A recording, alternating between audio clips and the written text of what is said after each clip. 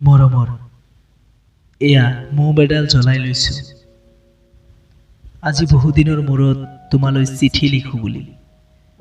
বাহিৰৰ উৰুঙা বতাহজাক আহি মোমডাল কোবাইছে। যাওঁ খিৰিকীখন জপাই দিওঁ। 7 বছৰৰ আগৰ কথাবোৰ তোমাৰ মনত আছেনে? আমি যে নতুন জীৱনটোৰ পাতনি মেলিছিলো। মোৰ গাত সেই অচিনাকি নিচা বাৰুকৈ লাগিছিল।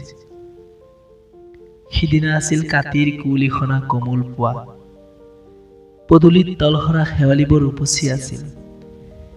আৰু সন্ধিয়া মই তোমালোকৰ ঘৰলৈ নকৈ আহিবৰ দিনা আকাশৰ মেঘৰ মোহনাত হালধীয়া জন্তু নাওখন লৈ আমাক যে ৰিঙিয়াই মাতিছিল তৰাৰ দেশলৈ। মই লোৱা কঁকালৰ ৰিহাখন লৈ তুমি বাৰু তেনেকৈ কিয় একেথৰে চাইছিলা? মোৰ কেনে লাগিছিল জানা? তুমি যেন কোনোবা দূৰ বিদেশৰ স্বপ্নাতুৰ আলোকৰ মানুহ, আৰু মই যেন তলসৰা এপাহ শেৱালি। সিদিনা মন সাগৰত মোৰ এৰি অহা আৰু আহি পোৱা অলেখ ঢৌৰ কঁপনি জাগিছিল। তোমাৰ জানো এইবোৰ কথা মনত নাই? আমাৰ দেউতাই যে চিঠি লিখিছিলে, আই তই নতুন ঘৰত হাঁহি মাতি থাকিবি। এইবোৰ 7 বছৰৰ আগৰ কথা। মোৰ যে সকলোবোৰ পুৰাণৰ সাধু যেন লাগে। জেঠমহীয়া দেউতাৰ বছৰেকীয়া হৈ গল। তোমাৰ বাবুল এতিয়া বৰটো হৈছে। তাৰ ওপৰ পাৰিত এধানিমান ডালিম গুটি যেন দাঁত অকণি গজিছে। সি মোক একেবাৰে এৰি নিদিয়ে। কেতিয়াবা মোৰ ইমান খং উঠে নহয়, তুমি নাই নহয় সেইকাৰণে। সি বাৰু মোৰ বগা হাত জোৰিলে এনেদৰে তধা লাগি চাই থাকে কিয়?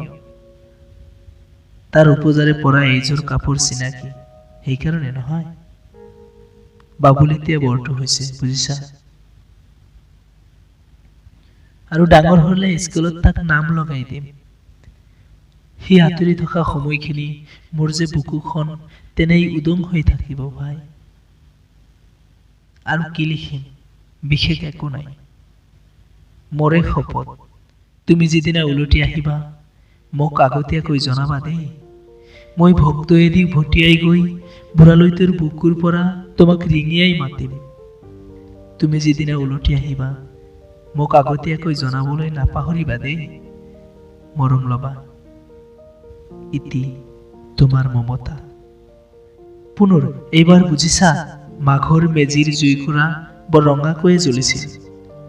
আমাৰ আইতাৰ কুলি ছাগলীজনীৰ 2টা পোৱালি জগিছে।